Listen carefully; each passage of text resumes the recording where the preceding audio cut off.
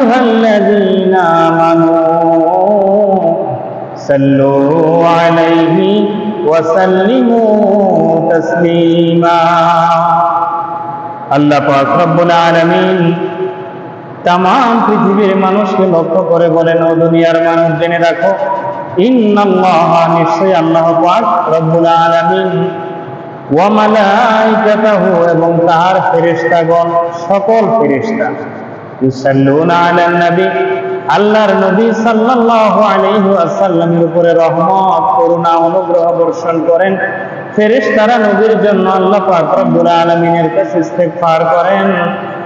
ইয়া আইয়ুহাল্লাযীনা আমানু, সুতরাং হে ঈমানদারগণ, হে মুমিনগণ, সাল্লু আলাইহি, বলেন না সুবহানাল্লাহ, সাল্লু আলাইহি, তোমরা তোমাদের নবীর উপরে সালাত পাঠ করো।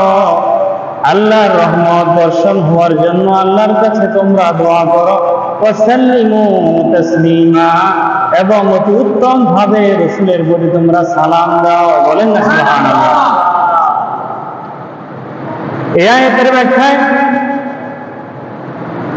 রুহুল বায়ানের মুসান্নিফ, বিখ্যাত তাফসীরের কিতাব রুহুল বায়ানের মধ্যে উল্লেখ রয়েছে, আল্লাহ পাক রব্বুল আলামিনের এই যে আদেশটা সাল্লু আলাইহি ওয়া সাল্লিমু তাসলিমা, এর দ্বারা উম্মতের উপরে দরুদ পাঠ করা ওয়াজিব সাব্যস্ত হয়েছে।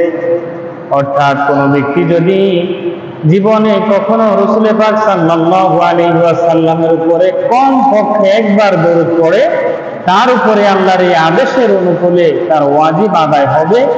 আর যদি জীবনেও কোনো বান্দা আল্লাহর নবীর উপরে দরুদ না পাঠ করে, তাহলে তার ওয়াজিব তরফের গুনাহ হবে। এজন্যই প্রখ্যাত সাহাবী হযরত আলী কাররামাল্লাহু ওয়াজহুহু রাদিয়াল্লাহু তাআলা হতে বর্ণিত, তিনি বলেন, রাসূল পাক সাল্লাল্লাহু আলাইহি ওয়াসাল্লাম ইরশাদ করেন, আল বাকিলু মান যুকিরতু ইনদাহু ওয়া লাম ইউসাল্লি আলাইয়া, পৃথিবীর মধ্যে ওই মানুষটাই সবচাইতে বেশি বকিল, সবচাইতে বেশি কৃপণ, যে ব্যক্তির কাছে আমি নবী মুহাম্মদুর রাসূলুল্লাহর নাম স্মরণ হলো, কিন্তু সাথে সাথে সে আমার প্রতি দরুদ পড়লো না। বলেন না সুবহানাল্লাহ। তাহলে রাসূল পাকের প্রতি দরুদ পাঠ করা এটা কৃপণতা নয়, বরং দানশীলতার পরিচয় বহনকারী। বলেন না সুবহানাল্লাহ। তো এই দরুদের গুরুত্ব এবং ফজিলত অনেক বেশি। হাদিসে পাকের মধ্যে অনেক রিওয়ায়াত এসেছে, যে রিওয়ায়াতগুলো, যে বর্ণনাগুলো প্রমাণ করে রাসূল পাকের প্রতি দরুদ শরীফের মর্যাদা, দরুদ শরীফের ফাজাইল কতটুকু। প্রখ্যাত সাহাবী হযরত আবু হুরায়রা রাদিয়াল্লাহু তাআলা থেকে একটি রিওয়ায়াত রয়েছে, আল্লামা ইমাম নাসাঈ রাহমাতুল্লাহি আলাইহি তার হাদিসের কিতাবের মধ্যে উল্লেখ করেন, আন আবি হুরায়রা রাদিয়াল্লাহু তাআলা قال قال رسول الله صلى الله عليه وسلم من صلى علي واحدة, যেই ব্যক্তি রাসূল পাক সাল্লাল্লাহু আলাইহি ওয়াসাল্লামের উপরে একবার মাত্র দরুদ পড়বে, কয়বার? এটা জোরে বলেন, কয়বার? একবার। সাল্লাল্লাহু আলাইহি আশরা সালাওয়াত, আল্লাহ পাক রব্বুল আলামিন একবার দরুদের বিনিময়ে তার উপরে সাথে সাথে 10টা রহমত নাযিল করবে।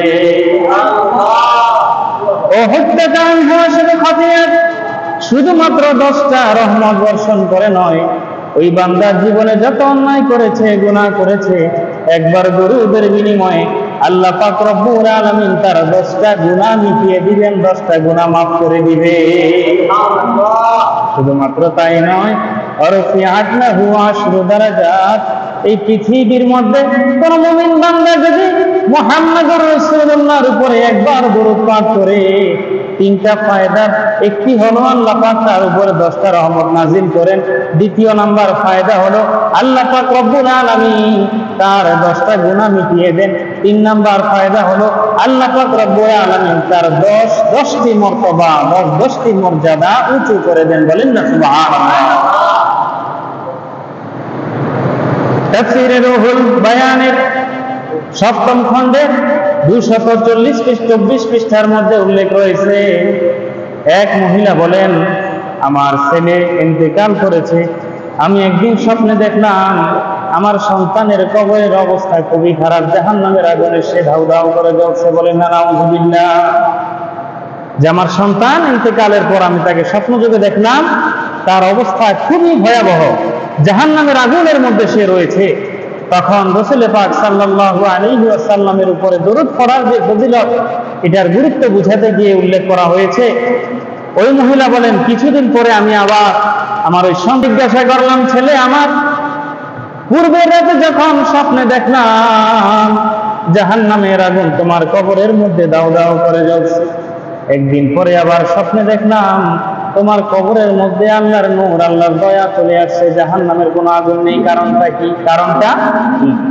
ছেলে বলল, মা, আমি যে কবরের মধ্যে শোয়া আছি, একজন পথিক আমার এই কবরের পাশ দিয়ে যাওয়ার সময়, কবরে পাশ দিয়ে যাওয়ার সময় একজন পথচারী, একজন মুসাফির রাস্তা দিয়ে অতিক্রম করার সময় আল্লাহর নবীর উপরে দরুদ পড়ে, ওই দরুদের সওয়াব আমার কবরে এবং এই কবরস্থানে যত মুর্দেগান আছে সকলের রূহের উপরে বকশিশ করে দিয়েছিল। আল্লাহর নবীর দরুদের উসিলায়, এই সওয়াবের উসিলায় আল্লাহ পাক রব্বুল আলামিন আমার কবরের আযাব মাফ করে দিয়েছেন। বলেন না সুবহানাল্লাহ। এই জন্য কবরস্থান জিয়ারত করতে গেলে আমরা সূরা ফাতিহা পড়ি, সূরা ইখলাস পড়ি, দরুদ শরীফ পড়ি। এগুলির সওয়াব যদি কোনো ব্যক্তি মৃত ব্যক্তিদের রূহের উপরে বকশিশ করে দেয়, আল্লাহ পাক রব্বুল আলামিন এই জীবিতদের দোয়ার বদৌলতে মৃত ব্যক্তিদের কবরে শান্তি দান করেন। বলেন না সুবহানাল্লাহ। এজন্যই আহলুস সুন্নাত ওয়াল জামাতের স্বতঃসিদ্ধ আকীদা হলো দুআউল আহইয়াই লিল আমওয়াতাতুহুম নাফউল লাহুম, জীবিত ব্যক্তিদের পক্ষ থেকে মৃত ব্যক্তিদের জন্য দোয়া করা কিংবা জীবিতদের পক্ষ থেকে মৃত ব্যক্তিদের আত্মার প্রশান্তির জন্য কোনো কিছু সদকা করা, এটা মৃত ব্যক্তিদের জন্য উপকার হয়। বলেন না সুবহানাল্লাহ। আল্লাহর নবীর প্রখ্যাত সাহাবী, যিনি একজন ফকিহ দরজার সাহাবী ছিলেন, অত্যন্ত সূক্ষ্ম এবং বিচক্ষণ মেধার অধিকারী ছিলেন, হযরত আব্দুল্লাহ ইবনে মাসউদ রাদিয়াল্লাহু তাআলা আনহু। আব্দুল্লাহ ইবনে মাসউদ রাদিয়াল্লাহু তাআলা আনহু থেকে একখানা রওয়ায়াত এসেছে, দরুদ শরীফের ফজিলত সম্পর্কে তিনি উল্লেখ করেন। প্রখ্যাত হাদিস বিশারদ আল্লামা আবু ঈসা মুহাম্মদ ইবনে ঈসা আস-সাওরাত তিরমিজি রাহমাতুল্লাহি আলাইহি তার বিখ্যাত অনবদ্য হাদিসের সংকলন জামে ও তিরমিজির মধ্যে হাদিসখানা এনেছেন। হযরত আব্দুল্লাহ ইবনে মাসউদ রাদিয়াল্লাহু তাআলা আনহু বলেন, ক্বালা রাসূলুল্লাহ সাল্লাল্লাহু আলাইহি ওয়াসাল্লাম আওলান নাসি বি ইয়াউমাল কিয়ামাতি আকসারুহুম আলাইয়া সালাতান। বলেন সুবহানাল্লাহ। হযরত আব্দুল্লাহ ইবনে মাসউদ বলেন, দুনিয়ার মধ্যে কাল কিয়ামতের ময়দানে ওই ব্যক্তি আমি নবীর সবচাইতে বেশি কাছে থাকবে, সবচাইতে বেশি কাছে থাকবে, প্রিয় মানুষ হিসাবে নিকটে থাকবে দুনিয়ার জমিনে বসে যেই ব্যক্তি আমার প্রতি বেশি বেশি দরুদ পড়েছে। বলেন না সুবহানাল্লাহ। তাহলে দরুদের গুরুত্ব ফজিলত আছে কিনা? আছে। বিখ্যাত একখানা হাদিসের কিতাব কানজুল উম্মাল, হাদিসের কিতাবের নাম কি? কানজুল উম্মাল। বিশাল বড় আকৃতির কিতাব, অনেক খণ্ডে রচিত এই কিতাব, হাদিসের কিতাব। এই কিতাবের মধ্যে আল্লামা দাইলানী থেকে একখানা রিওয়ায়াত এসেছে, রাসূল পাক সাল্লাল্লাহু আলাইহি ওয়াসাল্লাম বলেন, জুমার দিনে যেই ব্যক্তি আমার উপরে 100 বার দরুদ পড়বে, মিয়াতা মাররা, কতবার? 100 বার। একটু জোরে বলেন, কতবার? রাসূল পাক সাল্লাল্লাহু আলাইহি ওয়াসাল্লাম বলেন, ওই ব্যক্তির আমল নামায় তার 200 বছরের, কত বছরের? 200 বছরের গুনাহ সগীরা আল্লাহ পাক রব্বুল আলামিন মাফ করে দিবেন। বলেন না সুবহানাল্লাহ। আমরা স্বাভাবিকভাবে যখন দুনিয়ার জমিনে কোনো গুনাহের কাজে লিপ্ত হই, তখন বলা হয় অমুক পাপ কাজ করলে এত বছরের গুনাহ হয়, এতদিন জাহান্নামের আগুনে থাকতে আছে দিন, এরকমের পরিমাপ তো পরিসীমা আছে। রাসূল পাক বলেন, শুধুমাত্র জুমার দিন বিশেষ করে যেই ব্যক্তি আমার উপরে 100 বার দরুদ পড়বে, আল্লাহ পাক রব্বুল আলামিন তার 200 বছরের সগীরা গুনাহগুলো মাফ করে দিবেন। বলেন না সুবহানাল্লাহ। এই দরুদের গুরুত্ব, এই দরুদের তাৎপর্য এত বেশি, তাম পৃথিবী জোড়া বিখ্যাত একজন আলেমের নাম আল্লামা সুফিয়ান সাউরি রাহমাতুল্লাহি আলাইহি। উনি বিখ্যাত হাদিস বিশারদ ছিলেন, মুহাদ্দিস ছিলেন, ফকিহ ছিলেন, মুফাসসির ছিলেন, উচ্চ তবকার একজন আল্লাহর ওলি ছিলেন। নাম কি? সুফিয়ান সাউরি। সুফিয়ান সাউরি রাহমাতুল্লাহি আলাইহির একটা ঘটনা তাফসীরে রুহুল বায়ানের 7ম খণ্ডের 224 পৃষ্ঠার মধ্যে উল্লেখ রয়েছে। সুফিয়ান সাউরি রাহমাতুল্লাহি আলাইহি বলেন, একবার আমি হজ করতে গেলাম মক্কা শরীফে। কোথায় গেলাম? মক্কা শরীফে হজের উদ্দেশ্যে গমন করলাম। বাইতুল্লাহ শরীফ তাওয়াফ করা লাগে না হাজী সাহেবদের? কথা বলেন। তাওয়াফের সময় হাজিরা তালবিয়া পাঠ করে, লাব্বাইক আল্লাহুম্মা লাব্বাইক লাব্বাইক লা শারীকা লাক লাব্বাইক ইন্নাল হামদা ওয়ান নি'মাতা লাকা ওয়াল মুলক লা শারীকা লাক। এটাকে তালবিয়া বলে। কি বলে?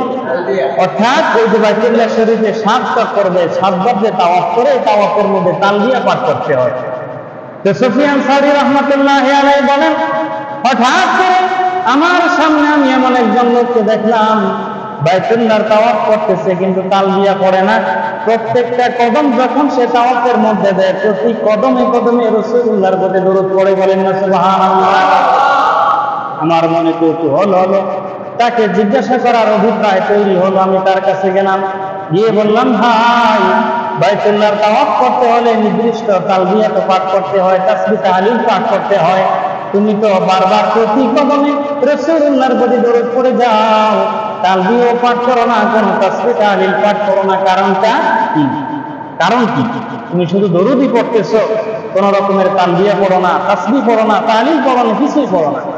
ওই ব্যক্তি জিজ্ঞাসা করলেন, মানান, আপনি কি? আপনি কি? তখন সুফিয়ান সাউরি রাহমাতুল্লাহি আলাইহি বলেন, আনা সুফিয়ান সাউরি, আমি সুফিয়ান সাউরি, আমি সুফিয়ান সাউরি। সুফিয়ান সাউরি রাহমাতুল্লাহি আলাইহি এত বিখ্যাত আলেম ছিলেন, এখনো পর্যন্ত তামাম পৃথিবীর যত মুহাদ্দিস বলেন, মুফাসসির বলেন, যত আলেম বলেন, প্রত্যেক আলেমই সুফিয়ান সাউরিকে এক নামে ছিলেন। বুখারী থেকে শুরু করে সব হাদিসের কিতাবের মধ্যে সুফিয়ান সাউরি থেকে বর্ণিত অনেক হাদিস আছে, অনেক তাফসীর আছে, অনেক ফিকহের মাসাইল আছে। তিনি বললেন, আপনি যদি বর্তমান যুগের অপরিচিত কোনো মানুষ হতেন, আপনি যদি মানুষের কাছে পরিচিত কোনো ব্যক্তি না হতেন, আপনাকে আমি প্রশ্নের উত্তর দিতাম না। কিন্তু আপনি তো সুফিয়ান সাউরি, তামাম পৃথিবীর মানুষ আপনাকে চেনে। আপনি যখন আমাকে বিষয় জিজ্ঞাসা করেছেন, আপনার কাছে না বললে আমার বেয়াদবি হবে। শুনেন হুজুর, আমি কিছু বছর পূর্বে আমার বাপকে নিয়ে, আমার পিতাকে নিয়ে একত্রে মক্কা মুআজ্জামায় হজের উপলক্ষে আসছিলাম হজ করার জন্য। হঠাৎ করে এই হজ চলাকালীন অবস্থায় আমার বাবা ইন্তেকাল করছেন। ইন্না লিল্লাহি ওয়া ইন্না ইলাইহি রাজিউন। আমার পিতার ইন্তেকালের পরে হঠাৎ আমি দেখলাম যে আমার বাপের চেহারা হঠাৎ কালো হয়ে গেছে। কি হয়ে গেছে? একবারে কালো হয়ে গেছে, চোখগুলো নীল বর্ণের হয়ে গেছে, তার পেটটা অনেক ফুলে গেছে। আমি একবারে হতাশ হয়ে গেলাম যে এই হজের সফর, আমার পরিচিত কোনো মানুষ নেই, আর আমার বাপের মৃত্যুর পরে তার চেহারা টোটালি বিকৃত হয়ে গেছে, পরিবর্তন হয়ে গেছে। আমি কান্না করতে করতে আমার বাপের লাশের পাশে বসেই ঘুমিয়ে পড়লাম। তন্দ্রা চলে আসলো আমার, কি করবো না করবো, যেহেতু ভিনদেশী মানুষ, সেখানে আমার পরিচিত কোনো লোক নেই। আমি হতাশাগ্রস্ত হয়ে গেলাম, পেরেশান হয়ে গেলাম। আমার বাবার লাশের পাশে বসে যখন আমি চিন্তামগ্ন ছিলাম, আমার চোখের মধ্যে তন্দ্রা এসে গেল। হঠাৎ করে আমি একজন লোককে দেখলাম আমার বাবার লাশের পাশে আসলেন। উত্তম চেহারাদারী, নূরানি চেহারা বিশিষ্ট একটা মানুষ। জীবনে আমি এই আকৃতির, এই প্রকৃতির এত উজ্জ্বল সুন্দর চেহারার মানুষ কোনোদিনও আমি দেখি নাই। বলেন না সুবহানাল্লাহ। ওই ব্যক্তি এসে আমার বাবার সেই কালো মলিন চেহারাটার উপরে ওনার ডান হাতটা বুলিয়ে দিলেন। ওনার হাত বুলিয়ে দেওয়ার সাথে সাথে আমার বাবার চেহারাটা নূরানি চেহারায় পরিণত হলো, কালো থেকে উজ্জ্বল আলোকময় চেহারা হয়ে গেল। বলেন না সুবহানাল্লাহ। আমার বাবার যে চক্ষুগুলো নীল বর্ণ ধারণ করেছিল, সেই চক্ষুগুলো পূর্বের ন্যায় হয়ে গেল। ওই আগন্তুক ব্যক্তিকে দেখলাম, ওনার ডান হাতটা যখন আবার আমার বাবার পেটের উপরে বুলিয়ে দিলেন, আমার বাবার মৃত্যুর পরে পেটটা যেমন ফুলে গিয়েছিল, সেই ফুলা থেকে স্বাভাবিক অবস্থায় ফিরে এসেছে। বলেন না সুবহানাল্লাহ। ওই স্বপ্নের মধ্যে তন্দ্রা অবস্থায় আমি ওই ব্যক্তিকে জিজ্ঞাসা করলাম, ও ভাই, আমার বাবার এই দুর্দিনে যখন আমি হতাশাগ্রস্ত, পরেশানগ্রস্ত, আমার বাবার ইন্তেকালের পর তার চেহারা পরিপূর্ণ মলিন হয়ে গেছে, অন্ধকারাচ্ছন্ন হয়ে গেছে, তার পেটটা ফুলে গেছে, এই কঠিন মুহূর্তে আপনি কি আপনার নূরানি চেহারার তাজাল্লুর মাধ্যমে, আপনার হাতের স্পর্শের কারণে আমার বাবার চেহারা নূরানি হয়ে গেছে, আলোকিত হয়ে গেছে। আমার বাপের খোলা পেটটা স্বাভাবিক অবস্থায় ফিরে গেছে। আপনি কে? আপনার পরিচয়টা একটু দেন, বলেন না সুবহানাল্লাহ। আগন্তুক বলল, ও আমার উম্মত, জেনে রাখো, আমি নবী মুহাম্মদুর রাসূলুল্লাহ সাল্লাল্লাহু আলাইহি ওয়াসাল্লাম, আমি যখন দেখলাম তোমার বাবা বিপদের মধ্যে পড়েছে, আমি মদিনার রওজার মধ্যে থাকতে পারলাম না, বরং তোমার বাবার এই দুর্দিনে বিপদে তার পাশে এসেছি।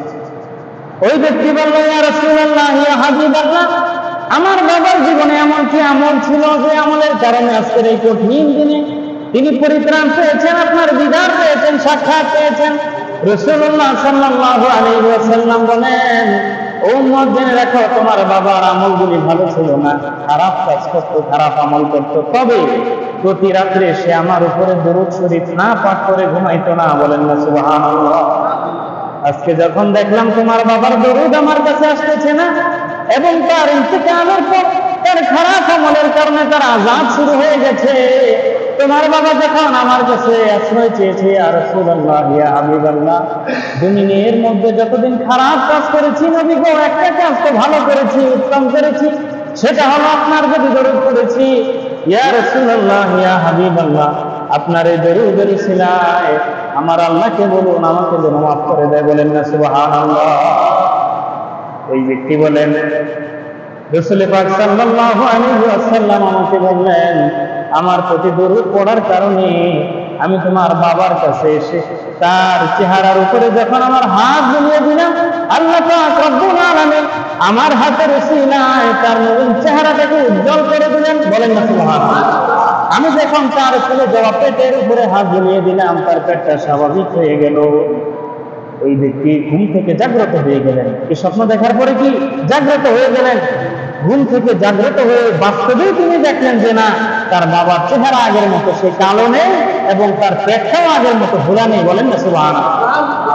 ওই ব্যক্তি চোখের পানি ছেড়ে দিয়ে বলল, ও সুফিয়ান সাউরি, যেই নবীর কারণে, যেই নবীর দরুদের কারণে আমার বাবার এই কঠিন বিপদে আল্লাহ পাক রব্বুল আলামিন তাকে বিপদ থেকে রক্ষা করেছেন, হুজুর বলে দিন, আমি এই তাওয়াফরত অবস্থায়, এই জন্য জীবনের এমন কোন মুহূর্ত নাই যে মুহূর্তের মধ্যে আমি আমার নবীর প্রতি দরুদ পড়ি নাই, বলেন না সুবহানাল্লাহ। এই জন্য তাওয়াফের কামাল তাসবিহাত তাহলিল বাদ দিয়ে, তালবিয়া বাদ দিয়ে আমি শুধু আমার নবীর প্রতি দরুদ পড়াই নিয়ে ব্যস্ত আছি, বলেন না সুবহানাল্লাহ। এই জন্য রাসূল পাক সাল্লাল্লাহু আলাইহি ওয়াসাল্লাম বলেন, ও দুনিয়ার মানুষ, জেনে রাখো, ইন্না লিল্লাহি মালাইকাতান সাইয়াহিনা ফিল আরদি ইউবাল্লিগুনানি মিন উম্মতি আসসালাম। আল্লাহ পাক রব্বুল আলামিনের এমন কতিপয় ফেরেশতা রয়েছে, তামাম পৃথিবীর মধ্যে যারা ছায়ের পরে দাঁড়ায়, সফর করে দাঁড়ায়, তাদের দায়িত্ব হলো আল্লাহর নবীকে যদি কোনো ব্যক্তি দরুদ ও সালাম পেশ করে, ওই ফেরেশতারা আল্লাহর নবীর কাছে ওই বান্দার দরুদ, তার নাম এবং তার বাবার নাম সহ পৌঁছে দেয়, বলেন না সুবহানাল্লাহ। সুতরাং দরুদের আমল করা এটা অত্যন্ত গুরুত্বপূর্ণ একটা ইবাদত। রাসূল পাক সাল্লাল্লাহু আলাইহি ওয়াসাল্লাম বলেন, কিয়ামতের দিন যেই ব্যক্তি আমার অধিকতর নিকটবর্তী হতে চায়, সেজন্য আমার প্রতি বেশি বেশি দরুদ পড়ে, বলেন না সুবহানাল্লাহ। সম্মানিত সুধী ভাইরা আমার, রাসূল পাক সাল্লাল্লাহু আলাইহি ওয়াসাল্লাম আরো বলেন, ইন্না দুআকুম মাওকুফুন বাইনাস সামাই ওয়াল আরদি লা ইয়াসউদু মিনহু শাই। বান্দা যখন আল্লাহর কাছে দোয়া করে, বান্দা যখন আল্লাহর কাছে প্রার্থনা করে, কিছু চায়, কিছু যাচনা করে, আল্লাহর নবী সাল্লাল্লাহু আলাইহি ওয়াসাল্লাম বলেছেন, ওই বান্দার দোয়াটা, ওই বান্দার প্রার্থনাটা, ওই বান্দার চাওয়াটা আসমান এবং জমিনের মধ্যে ঝুলন্ত থাকে, বলেন না সুবহানাল্লাহ। আসমান এবং জমিনের মধ্যে ঝুলন্ত থাকে। রাসূল বলেছেন, লা ইয়াসউদু মিনহু শাইউন, ওই দোয়ার কিছুই আল্লাহর দরবারে কবুল হবে না ততক্ষণ পর্যন্ত হাত্তা তুসাল্লি আলা নাবিয়িকা মুহাম্মদ সাল্লাল্লাহু আলাইহি ওয়াসাল্লাম, যতক্ষণ পর্যন্ত না বান্দা তার নবী মুহাম্মদ রাসূলুল্লাহর প্রতি দরুদ না পড়ে, ততক্ষণ পর্যন্ত দোয়া আল্লাহর দরবারে কবুল হয় না, বলেন না সুবহানাল্লাহ। এই জন্য আমাদের প্রত্যেকটা দোয়ার মধ্যে রাসূলুল্লাহর দরুদ মিশ্রিত থাকবে। কি থাকবে? দরুদ থাকবে। কি থাকবে? দরুদ। দরুদের মধ্যে দুইটা পার্ট, একটা হলো সালাত আর একটা হলো কি? সালাম। আল্লাহ বলেছেন সাল্লু আলাইহি, তোমরা মুহাম্মদুর রাসূলুল্লাহর উপরে সালাত পাঠাও, ওয়া সাল্লিমু তাসলিমা, অতি উত্তম ভাবে তোমরা সালামও পাঠাও। তাহলে সালাত এবং সালাম, সালাত এবং সালাম। এই জন্য দেখেন তাম পৃথিবীর মধ্যে যত হাদিস বিশারদগণ হাদিস লিপিবদ্ধ করেছেন, প্রত্যেকটা হাদিসে এভাবে লিখেছেন, যেমন আনাবি হুরায়রা রাদিয়াল্লাহু তাআলা আনহু قال قال رسول الله صلى الله عليه وسلم صلى الله عليه وسلم। তাহলে সাল্লাল্লাহু দ্বারা সালাত উদ্দেশ্য আর সাল্লামা দ্বারা সালাম উদ্দেশ্য, তথা আল্লাহ পাক রব্বুল আলামিন তার নবীর উপরে সালাত এবং সালাম বর্ষণ করুন, বলেন না সুবহানাল্লাহ। তো সুতরাং দরুদের আমল এটা প্রত্যেকটা মুমিন জীবনের দৈনন্দিন একটা ওজিফা তথা দৈনন্দিন আমলের মধ্যে অন্যতম গুরুত্বপূর্ণ একটা আমল। দরুদের কারণে রাসূলের প্রতি ভালোবাসা বাড়ে, দরুদের কারণে নবীজির প্রতি মহব্বত বাড়ে, দরুদের কারণে রাসূল পাক সাল্লাল্লাহু আলাইহি ওয়াসাল্লামের আনিত আদর্শ জীবন বিধান ব্যক্তি জীবনে পালন করা এটা অত্যন্ত সহজ হয়। যেহেতু আল্লাহ পাক রব্বুল আলামিন বলেছেন আতিউল্লাহ ওয়া আতিউর রাসূলা ওয়া উলিল আমরি মিনকুম। আল্লাহ তিন শ্রেণীর তিনজন সত্তা অনুসরণ করার জন্য কোরআনের মধ্যে ইরশাদ করেছেন। সর্বপ্রথম বান্দাকে লক্ষ্য করে আল্লাহ বলেছেন আতিউল্লাহ, অনুগত করবে আল্লাহর। কার? জোরে বলেন কার? আল্লাহর অনুগত করবে, আল্লাহর দাসত্ব করবে। পৃথিবীর কোন মানুষের দাসত্ব করা যাবে না, পৃথিবীর কোন মানুষের ইবাদত করা যাবে না, পৃথিবীর কোন মানুষের উপাসনা করা যাবে না। দ্বিতীয় নাম্বার ওয়াতিউর রাসূলা, তোমরা রাসূলের অনুগত করো, মুহাম্মদের রাসূলুল্লাহর অনুসরণ করো। ওয়া উলিল আমরি মিনকুম, এবং তোমাদের মধ্যে যারা উলুল আমর, তোমাদের মধ্যে যারা ধর্মীয় জ্ঞানী মানুষ, যারা মুহাম্মদুর রাসূলুল্লাহর উত্তরসূরি ওয়ারাসাতুল আম্বিয়া, এই মানুষগুলো তোমরা অনুসরণ করো, বলেন না সুবহানাল্লাহ। তো সুতরাং আল্লাহ পাক আরো কোরআনের মধ্যে ইরশাদ করেছেন ফাসআলু আহলা যিকরি ইন কুনতুম লা তা'লামুন। শরীয়তের কোন বিধিবিধান যদি তোমার বোধগম্য না হয়, শরীয়তের কোন বিধিবিধান যদি তোমার বুঝতে অসুবিধা হয়, যদি না বুঝো, তাহলে এই বিধানের হিকমত নিগুড় তত্ত্ব সম্পর্কে তোমাদের মধ্যে আহলে জিকির যারা আছে, আহলে জিকির যারা আছে, যাদের মধ্যে কোরআনের জ্ঞান রয়েছে, যাদের মধ্যে সুন্নাহর জ্ঞান রয়েছে, ওই সকল মানুষদের শরণাপন্ন হয় তাদেরকে জিজ্ঞাসা করো, বলেন না সুবহানাল্লাহ। জিকির দ্বারা এখানে কোরআন উদ্দেশ্য। যেমন আল্লাহ পাক রব্বুল আলামিন অপর আয়াতের মধ্যে ইরশাদ করেন ইন্না নাহনু নাযালনা যিকরা ওয়া ইন্না লাহু লাহাফিজুন, যে নিশ্চয়ই এই জিকির তথা কোরআনকে আমি নাযিল করেছি এবং এই কোরআনের হেফাজতের দায়িত্ব আমি আল্লাহর, বলেন না সুবহানাল্লাহ। পৃথিবীর মধ্যে তাম পৃথিবীর সব কিছু পরিবর্তন হতে পারে, ধ্বংস হতে পারে, মানুষের উত্থান পতন হতে পারে, কিন্তু রাসূলুল্লাহর উপরে অবতীর্ণ হওয়া থেকে শুরু করে কিয়ামত পর্যন্ত কোরআনের মধ্যে কোন রকমের তাহারিফ তথা পরিবর্তন আসবে না। এই জন্যই কবি বলেন বদলেগা জামানা মগর কুরআন বদলা যায়েগা।